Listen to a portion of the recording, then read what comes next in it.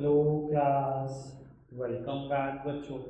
लो प्यारे बच्चों, स्टार्ट कर रहे हैं नया लेक्चर। और वो नया लेक्चर एक नए चैप्टर से स्टार्ट कर रहे हैं। बेटा चैप्टर का नाम है death of a partner. Retirement clear कर चुके हैं, रिटायरमेंट ऑफ पार्टनर पढ़ चुके हैं, एडमिशन ऑफ पार्टनर पढ़ चुके हैं, डेथ ऑफ अ पार्टनर।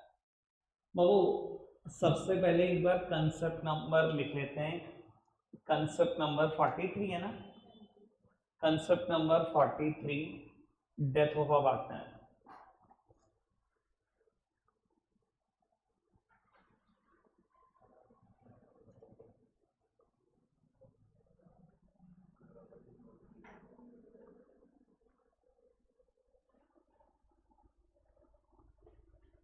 लो पुत्र, अब एक मिनट रुक जाओ, लिख लेना। अभी तो मैंने कुछ लिखा ही है, अभी समझा तो दूं पहले मैं।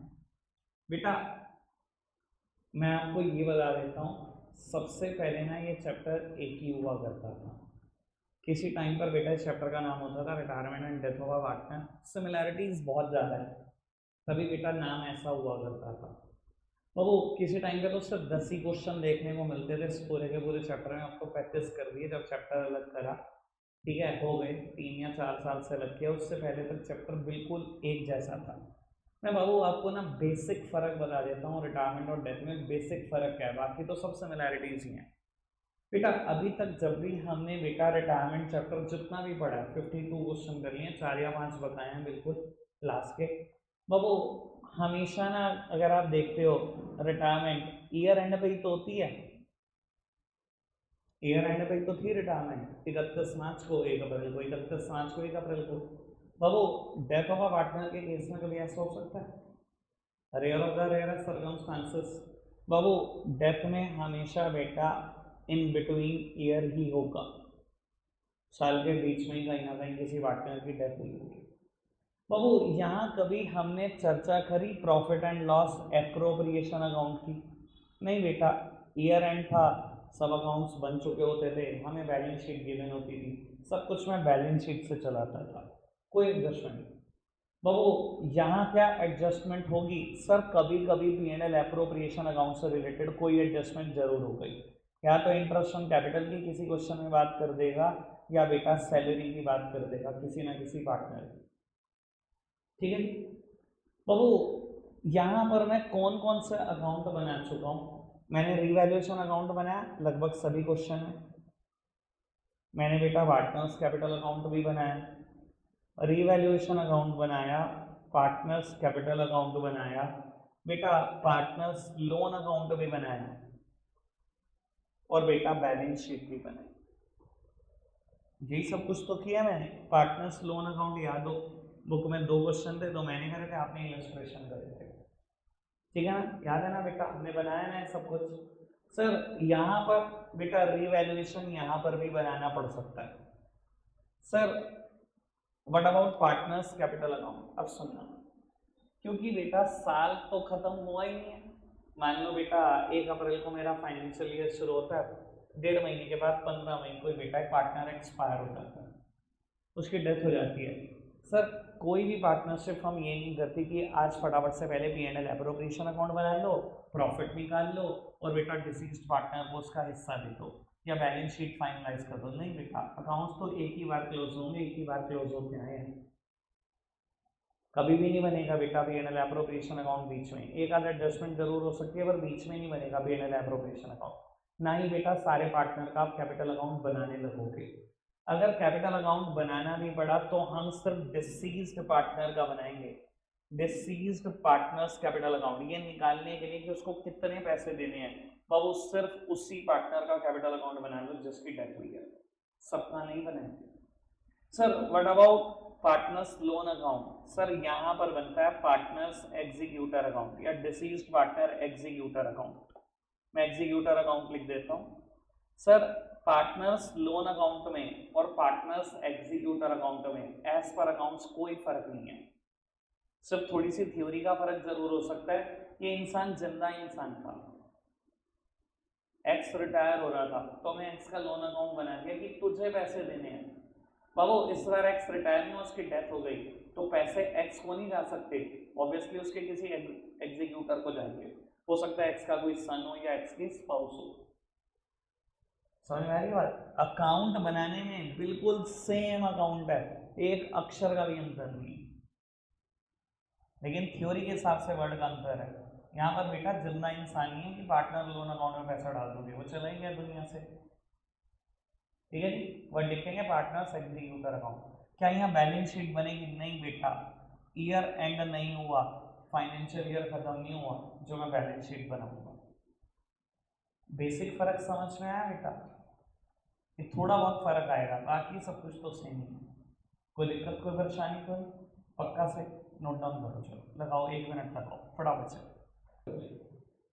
बाबू नेक्स्ट कंसेप्ट, आप 1 मिनट के लिए रुक जाओ, सिर्फ मैं लिख रहा हूं कंसेप्ट नंबर 44 बेटा, new profit sharing ratio in case of death of a partner.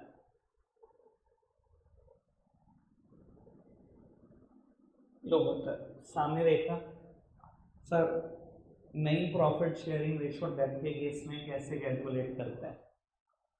Same as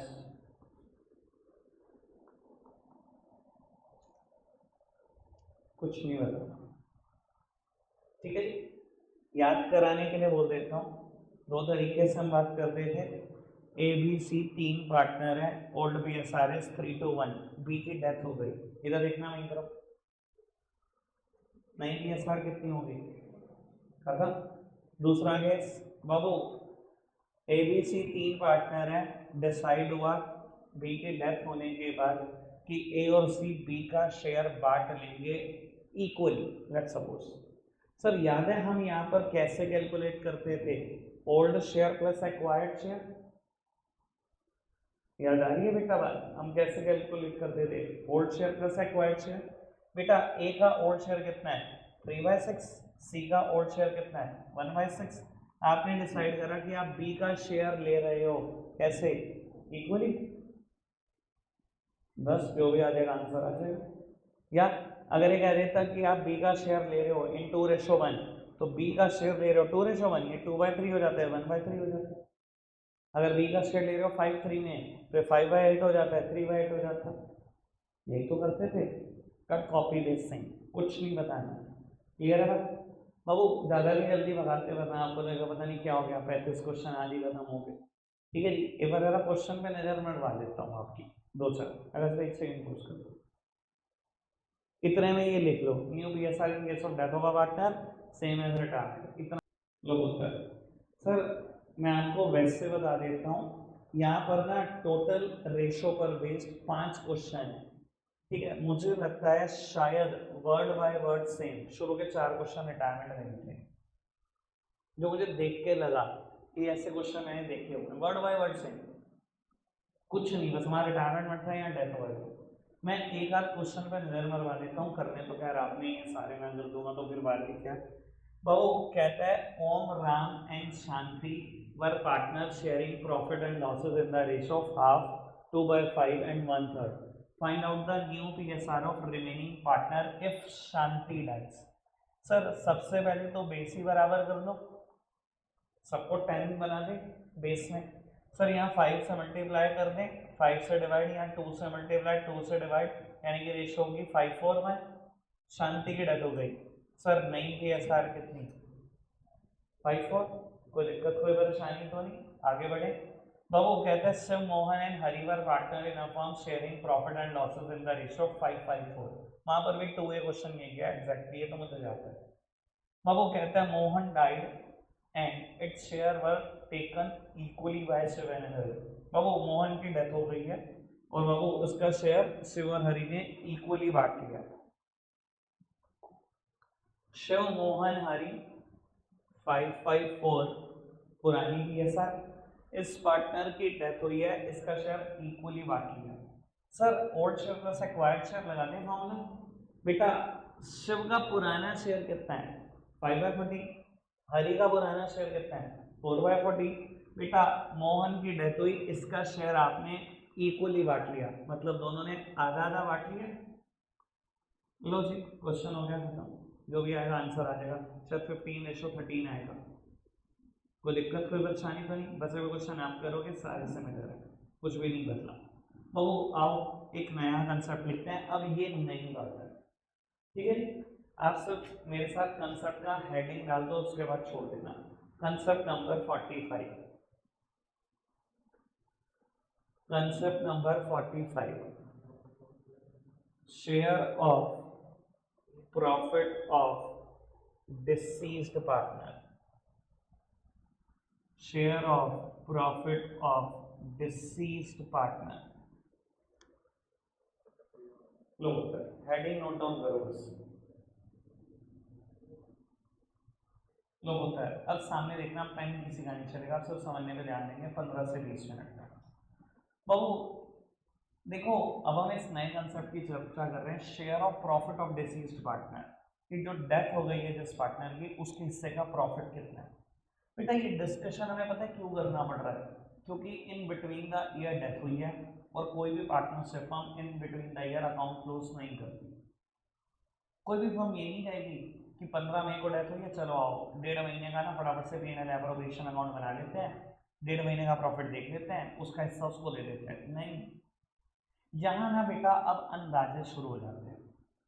हम क्योंकि अकाउंट 1.5 महीने में क्लोज नहीं करेंगे, तो हम क्या करेंगे, उसको अंदाजे के हिसाब से प्रॉफिट देंगे। बाबू वो अंदाजा कोशिश करती है पार्टनरशिप फर्म की थोड़ा एक्यूरेट हो।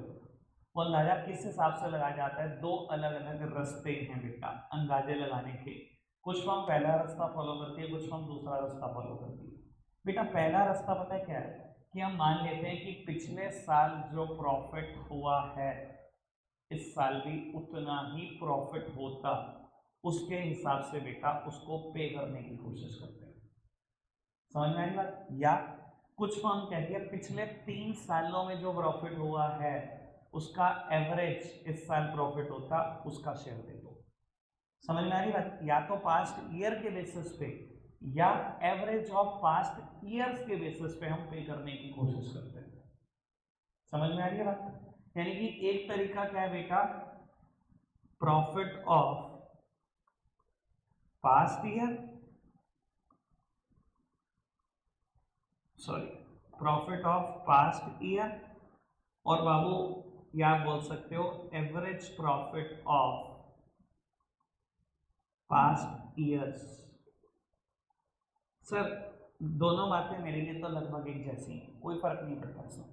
आप सामने देखना, मैं एक एग्जांपल से क्लियर करता हूँ कि हम कैसे कैलकुलेट करते हैं उसका शेयर। मान लो बेटा ABC एक पार्टनरशिप फर्म है and the old PSR is 221, ठीक है जी। बी की डेथ हो जाती है ऑन 30th जून 2024। बाबू 2023-24 मेरा प्रीवियस ईयर है, इस साल के प्रॉफिट हुए थे 6 लाख रुपए।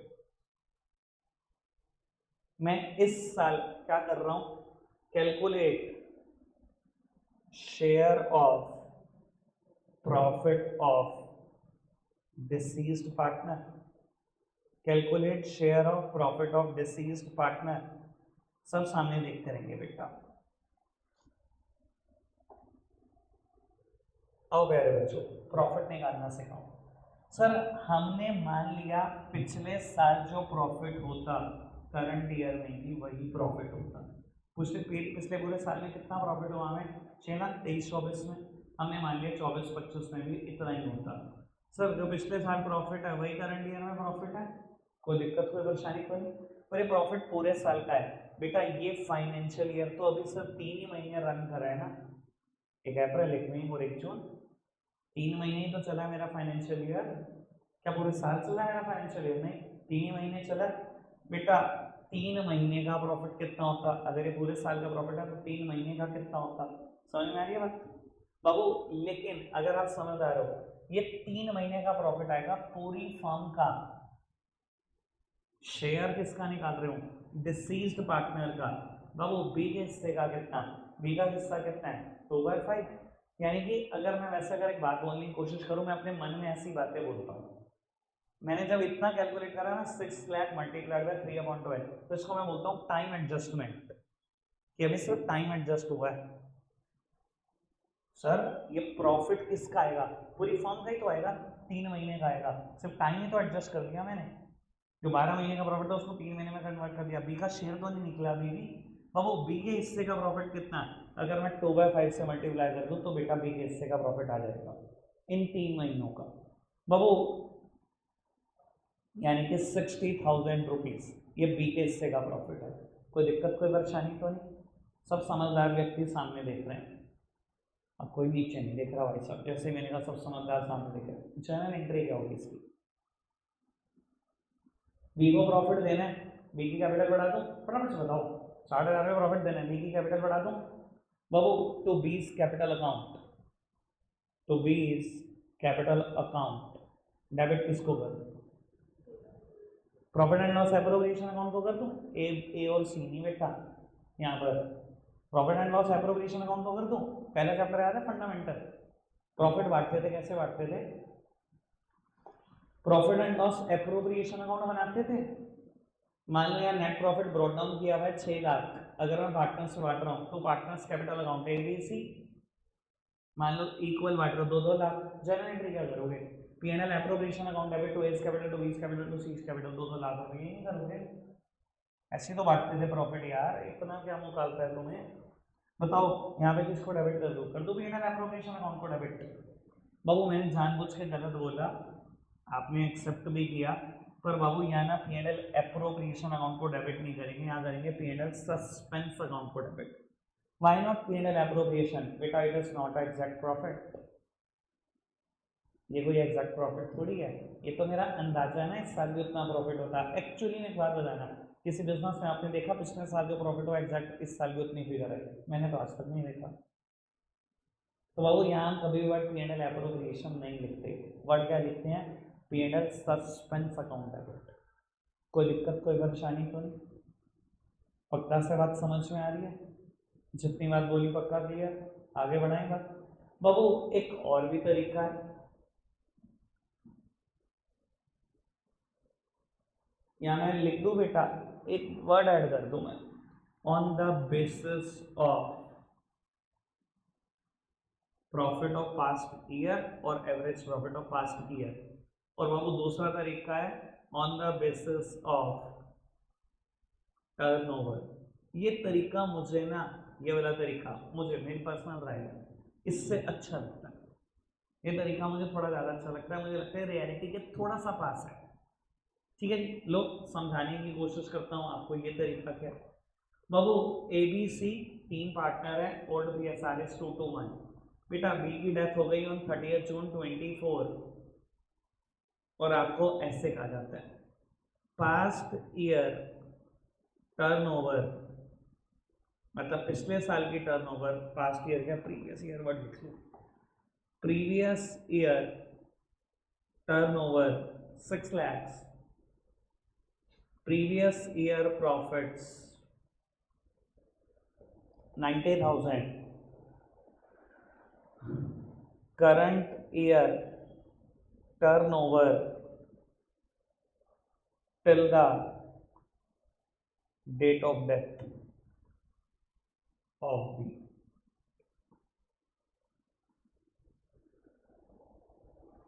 लो उत्तर सामने देखना, सब आराम से समझने की कोशिश करेंगे।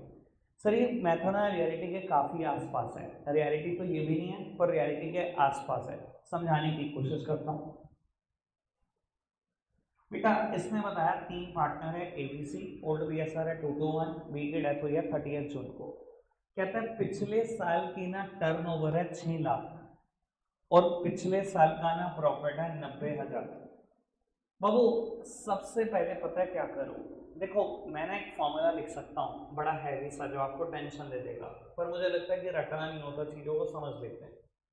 बाबू सबसे पहले अगर मैं प्रॉफिट की परसेंटेज निकालूं आपको कोई दिक्कत तो नहीं, मैं एक फॉर्मूला लिख के भी बता सकता हूँ इसको कि लोग कैसे कराते हैं इसको, ठीक है, मैं वैसे चलो बता ही देता हूँ आपको, आइडिया देता हूँ। लोग ऐसे लिखते हैं previous year profit multiplied by previous year turnover, sorry divide by previous year turnover multiplied by current year turnover till the date of death, ये फॉर्मूला है। लोग तो ऐसा फॉर्मूला लिख देते हैं, मैं कहता हूँ ये बेकार की बात है। इसका क्या करना मैं ना प्रॉफिट की परसेंटेज निकाल देता हूँ। बाबू पिछले साल की टर्नओवर है 6 लाख, पिछले साल के प्रॉफिट है 90,000। निकाल लो कितने परसेंट पे प्रॉफिट कमा रहा हूँ। ये पिछले साल के प्रॉफिट्स हैं, ये पिछले साल की टर्नओवर है। अगर मेरे को देखना है कितने परसेंट प्रॉफिट कमा रहा हूँ तो मल्टीप्लाई बाय 100। बाबू मुझे पता लग गया मैं 15% प्रॉफिट कमा रहा हूँ। ठीक है, ये 4 जीरो से हो गई, 4 जीरो कैंसिल, इससे ये कैंसिल, 90 डिवाइडेड बाई 6 15 आ गया। ठीक है, कितने परसेंट प्रॉफिट कमा रही है मेरी firm? 15%।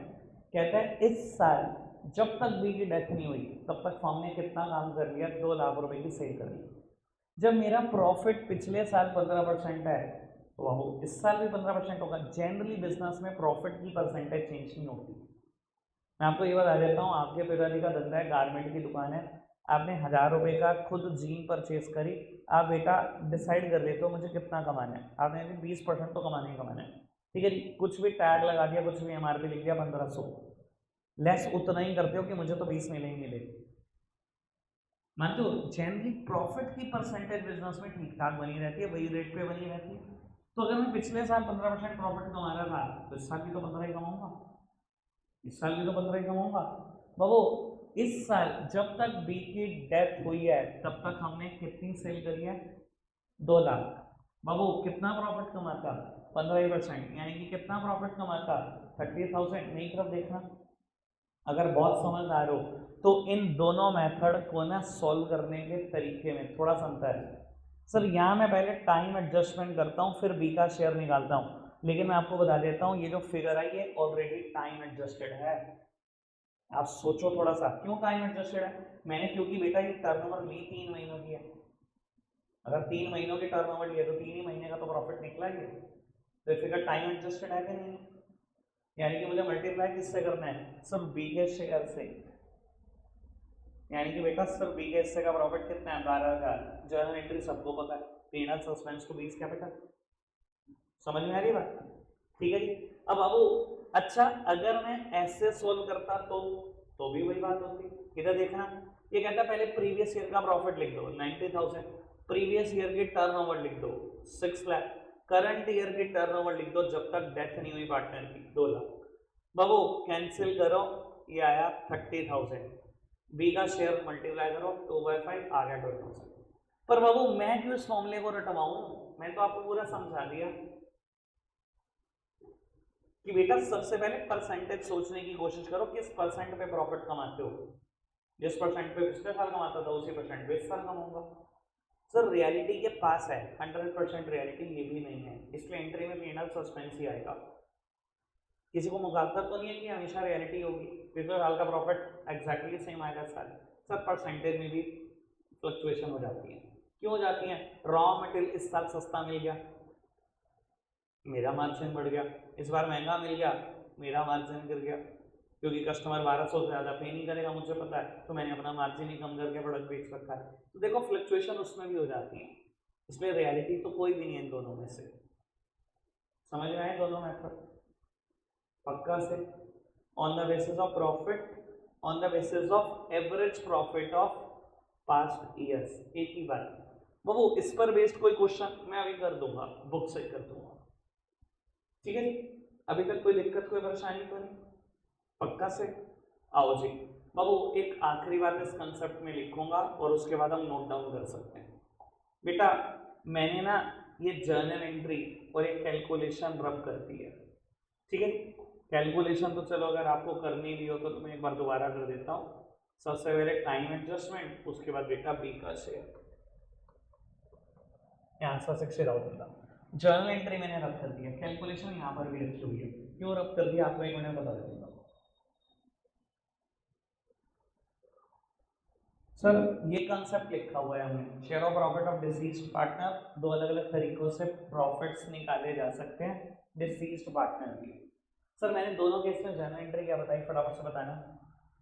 PNL suspense to deceased partner capital account, 20 capital मत बोलो, जिस भी पार्टनर की डेथ होगी उसकी कैपिटल बढ़ा दो, उसके हिस्से का प्रॉफिट उसको दे दो, यही बोला। सर लेकिन दोनों केस में हमेशा ये जर्नल एंट्री नहीं होगी, एक जगह पे जर्नल एंट्री का फर्क पड़ सकता है।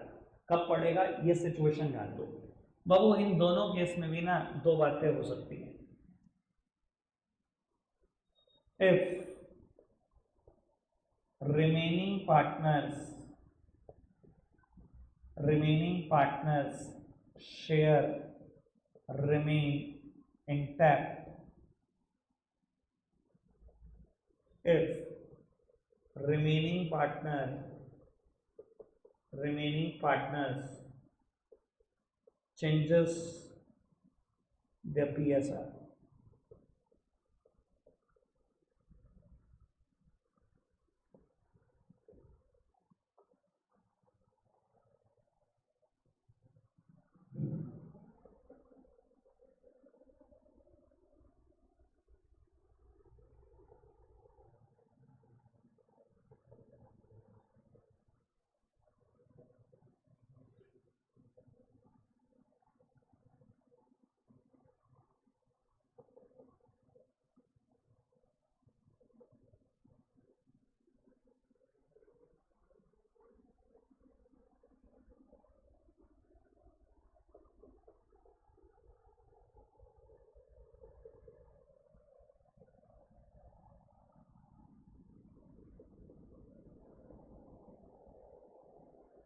लो पुत्र सामने देखना। सर प्रॉफिट निकालने के दो तरीके हैं, या तो पास्ट ईयर के प्रॉफिट पे प्रॉफिट निकाल रहे हैं हम, या टर्नओवर पर निकाल रहे हैं। सर दो अलग अलग केस से प्रॉफिट तो निकाल लोगे, क्वेश्चन लेकिन ढंग से पढ़ना। अगर वो कहे कि बेटा रिमेनिंग पार्टनर का शेयर इंटैक्ट है, यानी कि सिर्फ इतनी सी बात करें ABC 3 पार्टनर थे, बी की डेथ होगी, बस पूरे क्वेश्चन में कहीं कुछ निकालो, यानी कि बाबू रिमेनिंग पार्टनर का शेयर इंटैक्ट है, कुछ भी नहीं बदला उन्होंने शेयर। ऐसे केसेस में एंट्री यही होगी, P&L suspense to deceased partner capital account, ठीक है जी। लेकिन बेटा अगर रिमेनिंग पार्टनर ने अपनी प्रॉफिट शेयरिंग रेशो बदल दी, उन्होंने कहा कि बी की डेथ हुई, उसके बाद ए और सी ने डिसाइड करा कि इनकी प्रॉफिट शेयरिंग रेशो 5:3 होगी, बदल दी प्रॉफिट शेयरिंग रेशो, कैलकुलेट कर लेना गेनिंग रेशो इस केस में हमेशा। बाबू एंट्री क्या होगी इस केस में, एंट्री बदल जाएगी, जैसे गेन करा होगा वैसे ही पे करोगे बेटा जिस पार्टनर की डेथ हुई है उसको, ठीक है जी। एंट्री करेंगे gaining partner capital account debit to sacrificing partner, जिस पार्टनर की डेथ हुई है वो तो हमेशा ही सैक्रिफाइस कर रहा है, पता ही है आपको, वो छोड़ के जा रहा है आपके लिए, क्लियर है बात। यानी कि बेटा प्रॉफिट सब निकाल लेंगे, दो रास्ते हैं। इंपॉर्टेंट चीज क्या है देख लेना, शेयर बदल रहा है कि नहीं, नहीं बदल रहा है P&L suspense to deceased partner capital account, बदल रहा है गेनिंग टू सैक्रिफाइसिंग, क्लियर बात। अब क्वेश्चन देखें बाबू, मैं लिखने का टाइम दे दूंगा, मैं इस पर बेस 2 से 3 क्वेश्चन आपको दिखा दूं ताकि हम माइंड अप कर सकें नेक्स्ट। बाबू 5 क्वेश्चन सेम, अभी मैंने गुडविल की बात नहीं करी, ये कंसेप्ट ही नहीं शुरू करा। Calculation of profit share of deceased partner, बहुत बढ़िया कंसेप्ट है। 20-22 क्वेश्चन दे रखे सब तुझसे, ये हाई रेट अच्छे, ठीक है जी। 35 में से यही क्वेश्चन है 20-22 तक, तो अभी अगले पेज पे भी 23 तक क्वेश्चन है शायद, ये पढ़ते हैं बाबू। कहता है Dinkar, Navita and Vani were partner sharing profit and losses in the ratio 3:1। Navita died on 30th June 17. Her share of profit for the intervening period was based on the sales during that period. कहता उसका profit कैसे निकालेंगे, intervening period का मतलब उन 3 महीनों का, कहता है on the basis of sales निकालेंगे ड्यूरिंग दैट पीरियड, 3 महीने में मतलब on the basis of turnover वाला तरीका चलाएंगे। कहता है विच वर 6 लाख, बाबू वो सेल इंटरवेनिंग पीरियड में कितनी हुई 6 लाख रुपए हुई, बहुत बढ़िया चीज, उन 3 महीने की सेल दी हुई है। कहता है रेट ऑफ प्रॉफिट है लास्ट 4 ईयर का 10% ऑफ सेल्स, पिछले 4 साल से कितना कमा रहे हो प्रॉफिट, 10% कमा रहे हो, इस साल भी 10% कमाते, यही तो हिंट है, ठीक है। और आपको कहता है फर्म क्लोज करती है अपनी बुक्स 31 मार्च को, नविता का शेयर निकाल दो खाली, बाबू सिर्फ शेयर निकालना है, आओ जी निकाल देते हैं, कोई जर्नल एंट्री नहीं पूछी, कोई कुछ नहीं। बाबू इस 3 महीनों की सेल कितनी है 6 लाख, पिछले 4 सालों से प्रॉफिट किस रेट पे कमा रहे हो 10%, तो इस सवाल पे कितना कमाते 10%, यानी कि बेटा इन 3 महीनों की प्रॉफिट कितना 60,000। ये बेटा टाइम एडजस्टेड आता है सीधा, पता है ना, क्योंकि टर्नओवर 3 महीने के लिए तो प्रॉफिट 3 महीने का आएगा।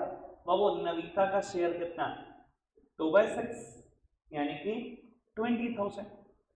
खैर इसने मुझसे जनरल एंट्री नहीं पूछी, पूछी होती तो क्या करता, गेनिंग तो सेक्रीफाइस किया P&L suspense to Navita's capital, P&L suspense क्यों, कहीं पर भी बेटा प्रॉफिट शेयरिंग रेशियो चेंज होने की बात है, क्लियर बात।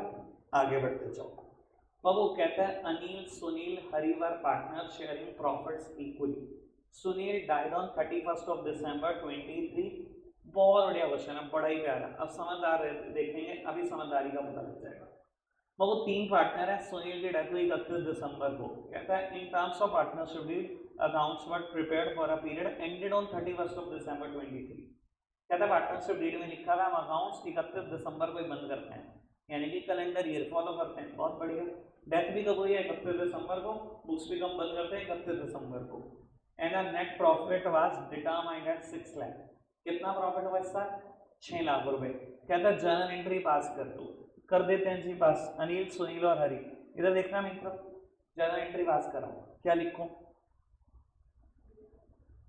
बाबू, P&L सस्पेंस मत लिख देना।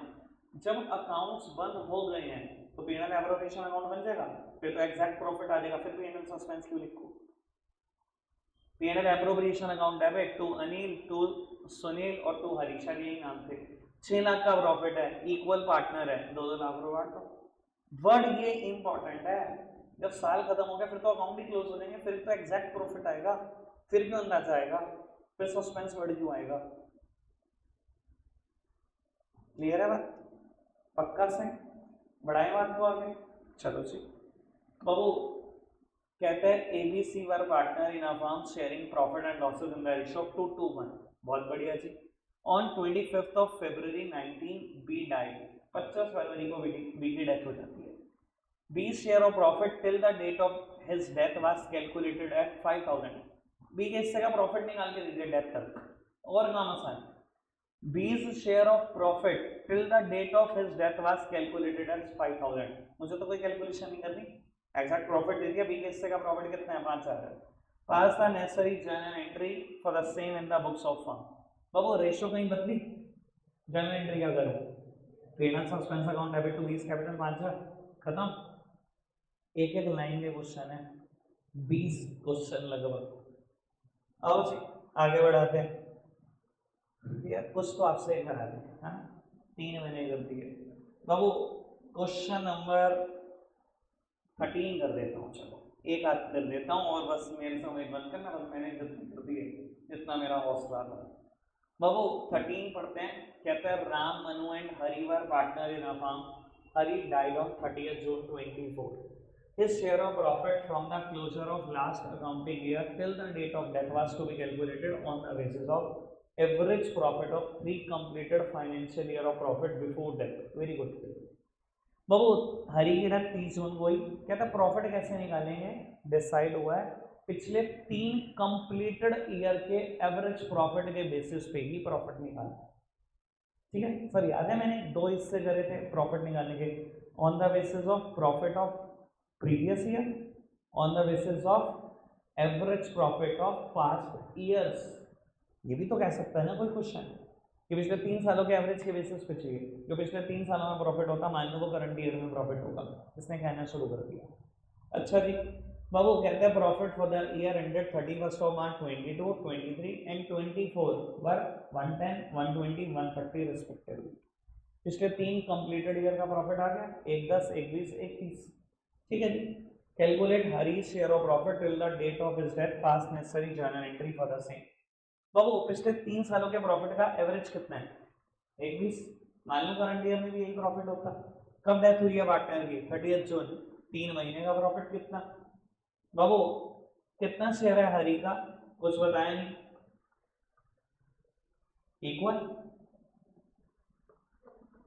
कितना प्रॉफिट आ गया हरी के हिस्से का, 10,000। रेशो कहीं बदली, कुछ का journal entry. P&L suspense to Harish capital 10,000। एक एक स्टेप के आंसर। बाबू आपकी जिम्मेदारी है, शुरू के बाद 5 क्वेश्चन है रेशोस के, उसके बाद बाबू यहाँ से शुरू करना 9 से 15 तक, ज़्यादा नहीं देना, 22 तक दे सकता हूँ और हो जाएंगे। पिछले किसी भी साल में 22 से कम नहीं दिए क्वेश्चन एक दिन में, पहली बार बच्चे हो, पता नहीं क्यों मन नहीं कर रहा ज़्यादा देने का। 9 से 15 तक कर लेना और 1 से 5 तक रखते। आज के लिए इतना ही है मेरे बच्चों, बाय बाय।